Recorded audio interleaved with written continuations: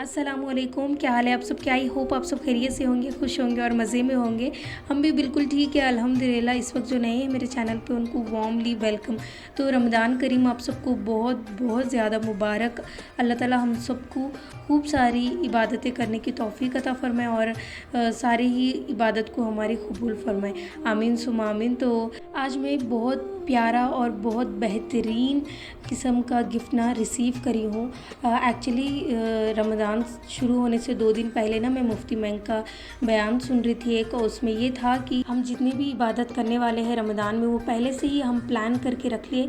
जैसे कि हम शॉपिंग करने से पहले, ईद आने से पहले शॉपिंग कर लेते हैं, राइट। तो वैसे ही बिल्कुल हम इबादत की भी अगर प्लानिंग पहले से ही कर लेना, अगर खुदा न खास्ता हमारी रमज़ान में पहुँचने से पहले पहले अगर मौत हो गई, इंतकाल हो गया, तो हमें ना वो सारी ही इबादत हम जिस का इरादा करे थे वो सारी ही चीज़ों का हमें सवाब मिलेगा।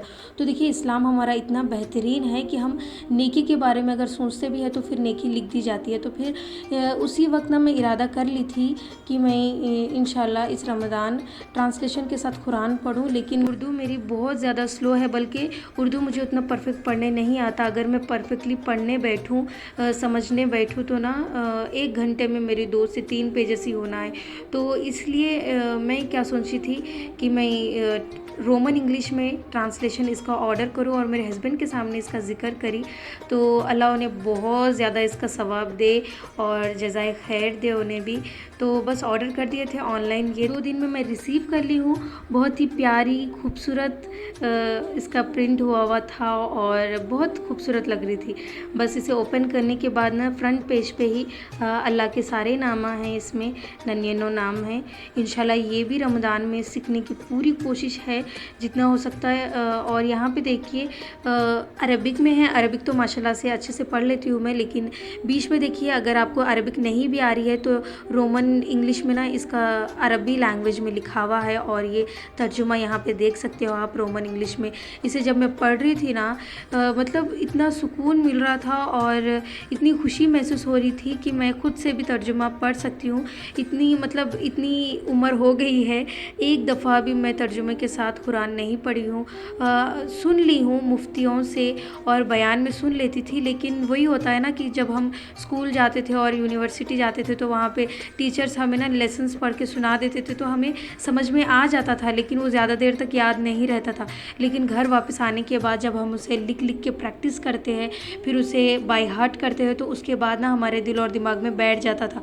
तो बस यही चीज़ है, तर्जुमे के साथ अगर हम पढ़ लेते हैं ना, तो जब मैं वॉइस ओवर कर रही हूँ तो मेरे दिमाग में जो पढ़ी हूँ उसका तर्जुमा चल रहा था। तो और ना मैं जब इसे ओपन करी हूँ, एक पेज में पढ़ ली थी तर्जुमे के साथ, फिर उसके बाद ना दूसरा पेज पढ़ ली, फिर तीसरा पेज, चौथा और 5वां, ऐसे ही करते करते ना 5 पेजेस में पढ़ ली हूँ। और मुझे मेरा मन कर रहा था कि मैं और पढ़ लूँ, क्योंकि क्यूरियोसिटी हो रही थी कि आगे क्या होने वाला है, आगे क्या होने वाला है, आगे कुरान में क्या बयान हो रहा है।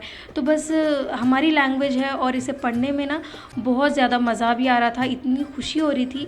यूजुअली होता है ना कि हम एक बार अगर पढ़ने बैठ जाते हैं टास्क लेके कि अब ये कुरान ख़त्म करना है, जब कुरान हो जाता है ना तो अल्हम्दुलिल्लाह हो गया, ऐसा होता है, लेकिन इसमें ऐसा नहीं है कि आगे क्या पढ़ना है, आगे क्या होने वाला है। ये जो सोच आ रही है ना, इसमें ना शौक़ बढ़ रहा है और इसे पढ़ने का मज़ा लिटरली बहुत ज़्यादा अलग है। अल्हम्दुलिल्लाह अल्हम्दुलिल्लाह। और ना बस आप लोग दुआ कीजिएगा कि मुझे इतनी हिम्मत दे और इतना वक्त भी मिले।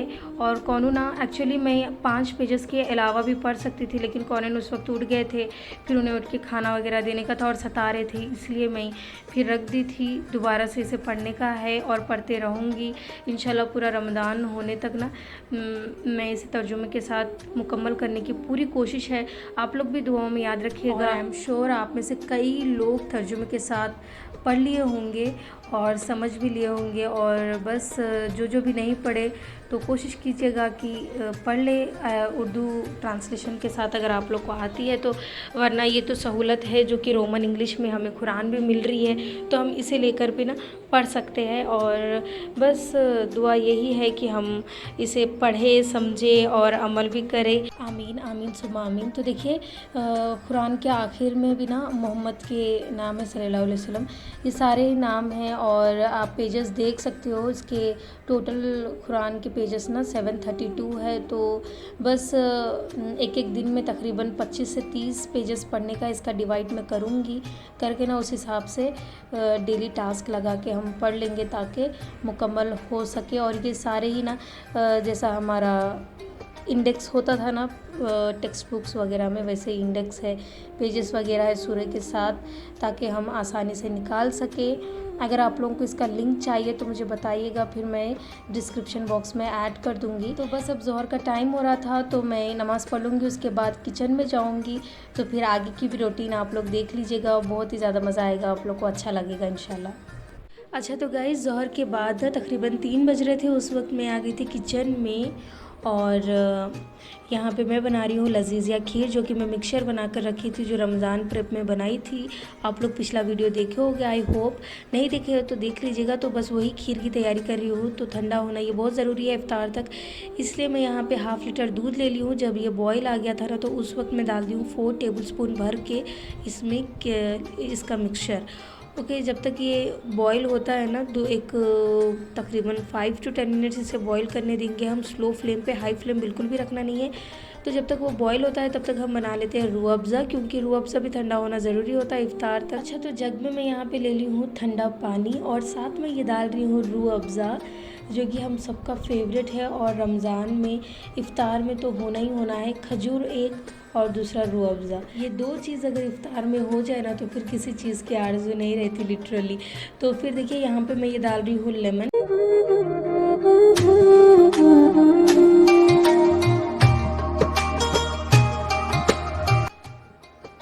तो गाइज़ ये देखिए खीर को ना हम बीच बीच में मिक्स करते रहेंगे ताकि ये नीचे से चिपके नहीं, और फ्लेम बिल्कुल स्लो रखी हूँ मैं यहाँ पे। अच्छा तो coming back to Rooh Afza, तो यहाँ पे मैं ये डाल रही हूँ पिसी हुई चीनी, जो कि मैं ग्राइंड करके रख ली हूँ, क्योंकि ये मेल्ट होने में आसानी हो जाता है।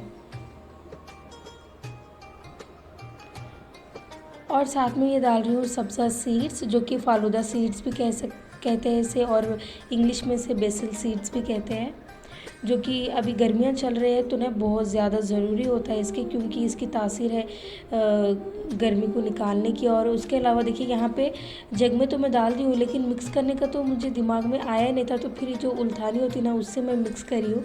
और उसके अलावा एवरी ईयर ना मैं बॉटल में बना देती हूँ तो बहुत आराम से ये मिक्स हो जाता है। तो मैं कल से यही सोची हूँ कि मैं कल से इसे बॉटल में ही बनाऊँगी, जब इफ्तार में निकालना होता है ना तो फिर मैं जग में डाल के इसे सर्व करूँगी, क्योंकि ये मिक्स करने में बहुत ज़्यादा डिफ़िकल्ट हुआ था। तो एनीवेज़ यहाँ पे देखिए हमारी खीर बनके रेडी हो गई है, फ्लेम मैं ऑफ़ कर दी हूँ। और इसमें ना कुछ अच्छा सा टेक्सचर लाने के लिए और कलर भी लाने के लिए ना रूह अफ़ज़ा मिक्स कर दी हूँ, और लिटरली इतना बेहतरीन इसका टेस्ट आया है ना कि मैं क्या बताऊँ आप लोगों को। और साथ में ये डाल रही हूँ पाइनएप्पल एसेंस, और मेरे पास ये वनीला एसेंस भी था। मुझे पर्सनली वनीला एसेंस बहुत ज़्यादा पसंद है, लेकिन हस्बैंड को पाइनएप्पल पसंद है, और ये खीर बन रही है ख़ास तौर पे उन्हीं के लिए, तो सोची हूँ कि उनके प्रेफरेंस पे ही जाती हूँ। तो बस इसलिए मैं पाइनएप्पल एसेंस के ना सिर्फ 3 से 4 ड्रॉप्स में ऐड कर दी हूँ, और इसे मिक्स करके बोल में निकाल दे रही हूँ, और इसे एक क्लीन शीट से रैप करके मैं फ्रिज में रख दूँगी ताकि इफ्तार तक ये ठंडी हो जाए।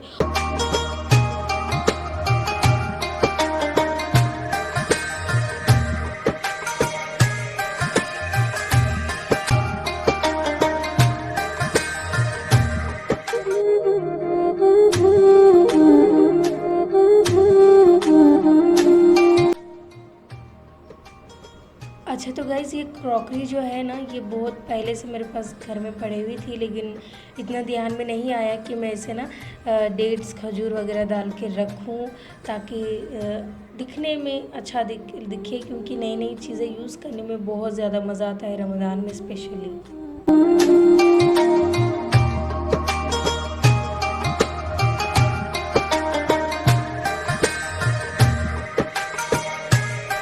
अच्छा तो गाइज़ असर बाद ना मैं किचन में आ गई थी ताकि फ्रूट चाट बनाऊँ और इफ्तारी की तैयारी करूँ, क्योंकि जब मैं 3 बजे आई थी ना, उस वक्त तो खीर और रूह अफ़ज़ा बनाकर फ्रिज में रख दी थी। उसके बाद ना कौनू इतना तंग कर रहे थे, सताना बेसिकली उनका ऐसा रहता कौन का कि अगर मैं उनके साथ खेली, उनके साथ मस्ती वगैरह करते रहे, उनके साथ टाइम स्पेंड करी ना, तो फिर वो बिल्कुल चुपचाप हो जाती।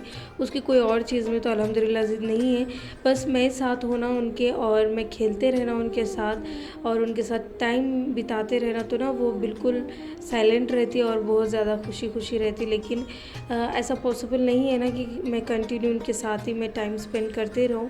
मैं हालांकि उनके लिए ना कुछ टॉयज़ वगैरह दे देती हूँ, खिलौने दे देती हूँ, लेकिन उसके पास बिल्कुल भी आदत नहीं है कि वो खिलौनों के साथ कुछ खेले। वो बस कुछ घर के सामान होते ना, उसके साथ ही खेलने की आदत है। तो बस इसीलिए ना ज़्यादातर मेरा वक्त ना इसमें गुजर जाता है। और यहाँ पे मैं फ्रूट चाट के लिए ना फ्रूट सारे ही कट कर ली हूँ और इसे भी रैप करके ना फ्रिज में रख दूँगी। जब इफ्तार का वक्त होगा ना, उस वक्त बस निकाल के चाट मसाला ऐड कर दूँगी। अच्छा तो गाइज़ डिनर के लिए ना मैं यहाँ पे बना रही हूँ मलाई चिकन, और बहुत ही इजी रेसिपी है लेकिन बहुत ज़्यादा टेस्टी बनती है। तो इसमें ना बस बोनलेस चिकन ले ली हूँ मैं मैक्सिमम, और इसमें मैं डाल दी हूँ 1 कप दही और लेमन जूस 1 टीस्पून और जिंजर गार्लिक पेस्ट 1 टीस्पून। नमक यहाँ पे टेस्ट के हिसाब से डाल दीजिएगा, आप कम ही ज़्यादा डालिएगा, क्योंकि ज़्यादा अगर पड़ गया नमक तो फिर इससे कुछ नहीं कर सकते हम, कम हो गया तो फिर बाद में इफ्तार के बाद चख के ना हम ऐड भी कर सकते हैं। उसके बाद सारे ही रेगुलर स्पाइसेस डाल दी हूँ, कोई इसमें डिफरेंट स्पाइसेस नहीं है। धनिया पाउडर, ज़ीरा पाउडर और अदरक लहसुन है इसमें, और ये क्या है, गरम मसाला, मिर्ची, नमक है। ये सारे ही चीज़ों को हम अच्छे से मिक्स कर देंगे। बस मैरिनेशन के लिए रेडी है। अगर आपके पास टाइम है तो आप फ्रिज में रख दीजिएगा, या फिर डायरेक्ट आप बना भी सकते हो। और मैं ज़्यादा कुछ इफ्तारी के लिए बनाई नहीं हूँ, सिर्फ फ्रूट चाट बना ली हूँ, रूह अफ़ज़ा है, और प्लान है कि मैं वड़े निकाल के ना दही को तड़का देके दही वड़े निकालूँ। लेकिन देखते हैं, अगर उस वक्त तक टाइम रहा, कौन अगर सपोर्ट करे तो फिर वो भी बना देती हूँ, वरना इसलिए मैं सोची हूँ कि डायरेक्ट मैं डिनर ही कर दूँ, डिनर की प्रिपरेशन ही कर दूँ, क्योंकि हम इफ्तार खोलने के बाद कम से कम खाना खा ले पेट भर। लास्ट ईयर में अब ना बहुत ज़्यादा डिफरेंस हो गया था। लास्ट ईयर ना मैं जहाँ पे बिठा देती थी कौन वहीं पे होते थे, अब वैसा नहीं है। मैं जहाँ पे बिठा देती हूँ ना, तो फिर वो उठ के मेरे पीछे पीछे आ जाती, तो बहुत ज़्यादा डिफ़िकल्ट हो रहा है। तो बस मैं चिकन को ना बस ऑयल डाल के फ्राई कर दी हूँ, मिक्स कर रही हूँ बीच बीच में। और ये जो ऑनियन है तकरीबन 2 बड़े साइज़ के थे, उसका पेस्ट बना ली हूँ। और टमाटर यहाँ पे इसका छिलका उतार के हम 4 टमाटर का पेस्ट बना के रख लेंगे, वो आगे हम यूज़ करेंगे। तो देखिए यहाँ पे अगेन इसका मसाला, इसकी ग्रेवी रेडी करने के लिए ऑयल डाल दी हूँ थोड़ा सा, और उसमें ये डाल दी हूँ ऑनियन जो हम पेस्ट बना लिए थे, और साथ में इसमें भी जाएगा सारी ही चीज़ें जो कि ग्रेवी में मैरिनेशन में गया था चिकन के, जैसे कि लाल मिर्च पाउडर, हल्दी पाउडर, धनिया, ज़ीरा और गरम मसाला। ये सारे ही चीज़ों को हम डाल के ना अच्छे से मिक्स कर लेंगे। अब इसमें हम ऐड कर देंगे जो टमाटो पेस्ट हम बना कर रखे थे ना, उसे इसमें ऐड कर देंगे और एक मिक्स दे देंगे अच्छे से। बस ये थोड़ा अच्छे से पक जाए, इसकी कच्ची स्मेल चले जाए, उसके बाद हम इस मिक्सचर को चिकन जो हम फ्राई करके रखे थे उसमें ऐड कर देंगे।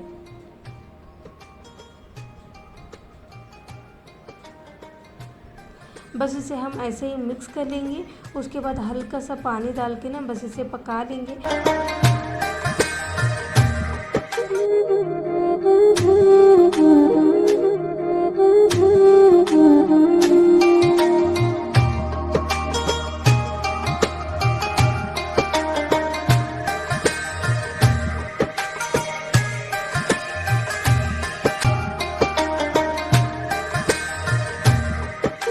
अच्छा तो फिर हस्बैंड जब आए थे ना जॉब से, तो ये वाटरमेलन और बनाना लेकर आ गए थे, लेकिन बनाना इतना कच्चे थे ना कि मैं सोची हूँ कि इसे मैं यूज़ ना करूँ और इसे मैं ऐसे ही रख दूँ ताकि अगली इफ्तारी में यूज़ कर सकूँ। और ये बस एक बनाना ले ली हूँ क्योंकि वो जितने भी मैं फ्रूट्स निकाली हूँ ना उसमें ना कौन कोई भी फ्रूट खाते नहीं बस बनाने के सिवा, तो इसलिए मैं सोची हूँ कि बनाना मैं उनके लिए कट कर दूँ। और साथ में ये जो फ्रोज़न वड़े बना कर रखी थी ना वो मैं निकाल ली हूँ और यहाँ पे गर्म पानी में डाल दी हूँ ताकि वो डिफ्रॉस्ट हो जाए। और ये देखिए जो चाट हम बना कर रखे थे उसमें मैं ये डाल रही हूँ चाट मसाला। तो जो पानी में हम डाल के रखे थे गर्म पानी में, तो इसे अच्छे से प्रेस करके हम पानी निकाल देंगे। और आप देख सकते हो सारा का सारा ऑयल ना ऑलमोस्ट निकल गया है पानी में, तो ये ऑयल फ्री भी हो गया है एक तरफ से। और दही को तड़का लगाने के लिए मैं हैदराबादी स्टाइल में बना रही हूँ, जो कि मम्मा बनाते यूजुअली ऐसे ही बनाते। दही में हम कोतमीर, पुदीना और अदरक लहसुन का पेस्ट डाल के और हल्का सा हम पानी डाल देंगे और इसे मिक्स कर देंगे।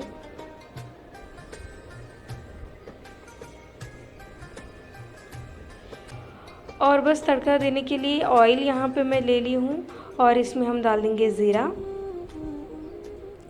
फिर इसमें मैं ये डाल दी हूँ गोल मिर्च और करी लीव्स। करिया पत्ता डाल के हल्का सा हम हल्दी डाल देंगे ताकि इसमें अच्छा सा कलर आए। और बस ये तड़का हम इसमें ऐड कर देंगे। ये तो बस हमारा ये दही तड़का एकदम यमी यमी सा रेडी हो गया है। तो अब मैं दस्तर बिछा रही हूँ, तकरीबन बस आखिरी के 15-20 मिनट कुछ बच गए थे, तो ज़रूरी है इस वक्त हम दस्तरखान पे बैठ जाए दुआओं के लिए। तो बस अल्लाह ताला हम सब के दस्तरखानों को वसी करे और हम सब के घरों में खूब सारी रहमतें बरकतें नाजिल हो और जितने भी हम इबादत कर रहे हैं, रोज़े रह रहे हैं, ये सारे ही कबूल फरमाएँ और हम सब के घर में इतनी सारी खुशियाँ आएँ कि कभी कोई गम देखना नसीब ही ना हो। इंशाल्लाह ऐसा भी होगा। और हम जितनी भी दुआएं कर रहे हैं, जितने भी हमारे दिल में ख्वाहिशात है, वो सारे ही कबूल फरमाएँ। अगर हमारे हक़ में बेहतर है तो आमीन सुम्मा आमीन। तो बस इसी के साथ मैं आप सबसे इजाज़त लूँगी।